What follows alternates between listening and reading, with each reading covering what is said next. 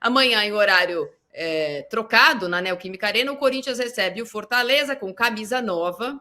A gente tem a rodada aí, daqui a pouco a gente vai fazer os nossos palpites, mas pode colocar o campinho do Corinthians para mim. O Corinthians recebe o Fortaleza com camiseta nova, com contas aprovadas, sem diretor de futebol e aparentemente com o começo de uma oposição mais atuante, inclusive com membros da situação. Queria que você, assim como eu, que conhece muito bem o Bar da Torre, desse esse panorama, diferentemente do Wesley, do Bidon, que tiveram uma semana maravilhosa, talvez os bastidores não tenham sido assim. O Corinthians tem um problema sério interno, politicamente interno, né? Ali da política interna, gravíssimo, gravíssimo. Eu acho que vão ser 3 anos de muitos problemas, de incompatibilidade, de acusações daqui para lá, de coisas acontecendo. Isso aí não tranquiliza time nenhum, tá? O elenco. O jogador não fica seguro num time que toda hora tá saindo confusão, tem dívida, cobra dívida, tem que pagar isso, tem que pagar aquilo, entra na justiça. Sabe, é o tempo todo. Não existe notícias boas no Corinthians a não ser os 2 últimos resultados. Não é?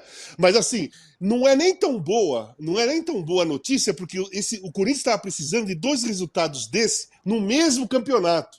Não um aqui e um lá. O Corinthians está precisando vencer 2 vezes ou 3 vezes seguida no Brasileiro, né? Para dar uma tranquilizar definitivamente ali a questão. Eu assim, o Corinthians é muito frágil ainda. O Corinthians ainda não tem uma personalidade. Eu acho que o Corinthians sofre muito, como sofreu lá em Natal, né? Sofreu em Natal, venceu, mas sofreu em Natal. E assim, jogar com o Fortaleza é uma equipe muito perigosa. Nesse momento, né, mais perigosa do que foi o Fluminense. O Fluminense veio em queda jogar contra o Corinthians. O Vojvoda, ele mantém, mesmo que seu time não ganha, empata em casa, ele consegue manter um jeito de jogar, uma intensidade de jogo, sabe? Ele muda jogador, põe outro, o time consegue se manter e é uma equipe muito rápida. Se o Corinthians for com muita sede ao pote, porque está empolgado com 2 vitórias seguidas, vai deixar espaço para o tipo de jogo que o Fortaleza mais gosta, acelerar num contra-ataque, fazer a jogada rápida. Eu acho o jogo mais difícil do Corinthians desses últimos todos, mesmo aqueles que perdeu, que não conseguiu jogar bem. Esse é o mais complicado. Esse é o jogo que o Corinthians pode, de repente, dar uma alavancada mesmo, se tiver um resultado positivo, falar, pô, ganhamos do Fortaleza, né? Dá uma arrancada, como pode ser uma invertida e jogar tudo para baixo de novo para ter que recomeçar esse processo novamente. Então é um jogo que o Antônio Oliveira ele tem que ficar muito esperto, ele tem que escolher bem o modo de jogar, ele tem que escolher bem a escalação, sabe? Eu entendi, captei a sua mensagem, Marília. 4-4-2, né? Se você não tem time tecnicamente suficiente, bom, agressivo, que coloque medo no adversário, não jogue com 3 atacantes, joga com um meio-campo mais fortalecido, porque o adversário de sábado é um time que, se pegar o espaço, o vácuo que o adversário deixar, vai em 3 toques chutar a bola no gol. Porque o Fortaleza é assim. 3 toques está chegando lá. 4 toques está cruzando na área, está acontecendo alguma coisa. E o Corinthians deixa muito buraco. Deixa buraco demais.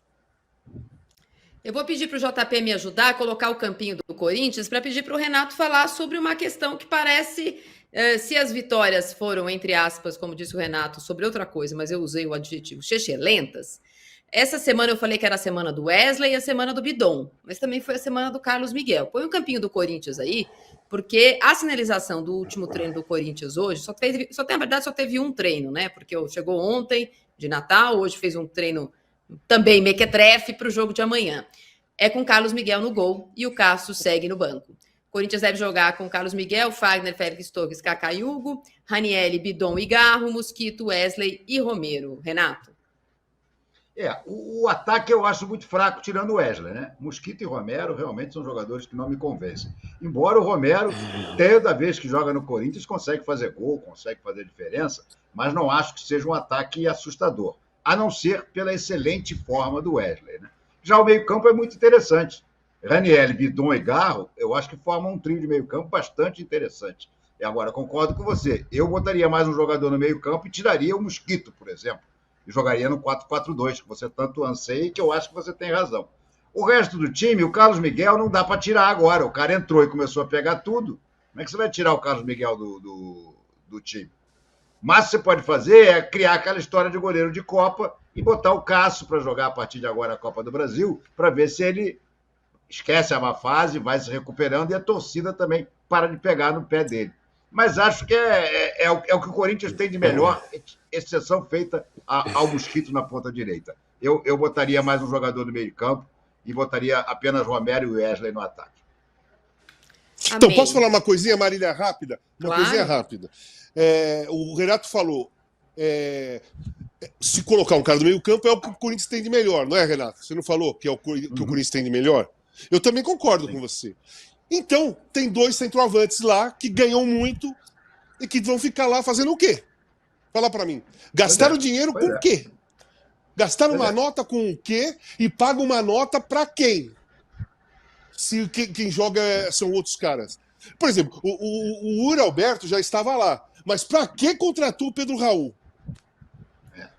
Tanto eu como você, principalmente você que viu lá no Rio, você destacou muito bem que era um jogador limitadíssimo, e é um jogador limitadíssimo mesmo. E pagou caro com ele na baixa, né? Esse que é o então, pagou caro e ganha muito.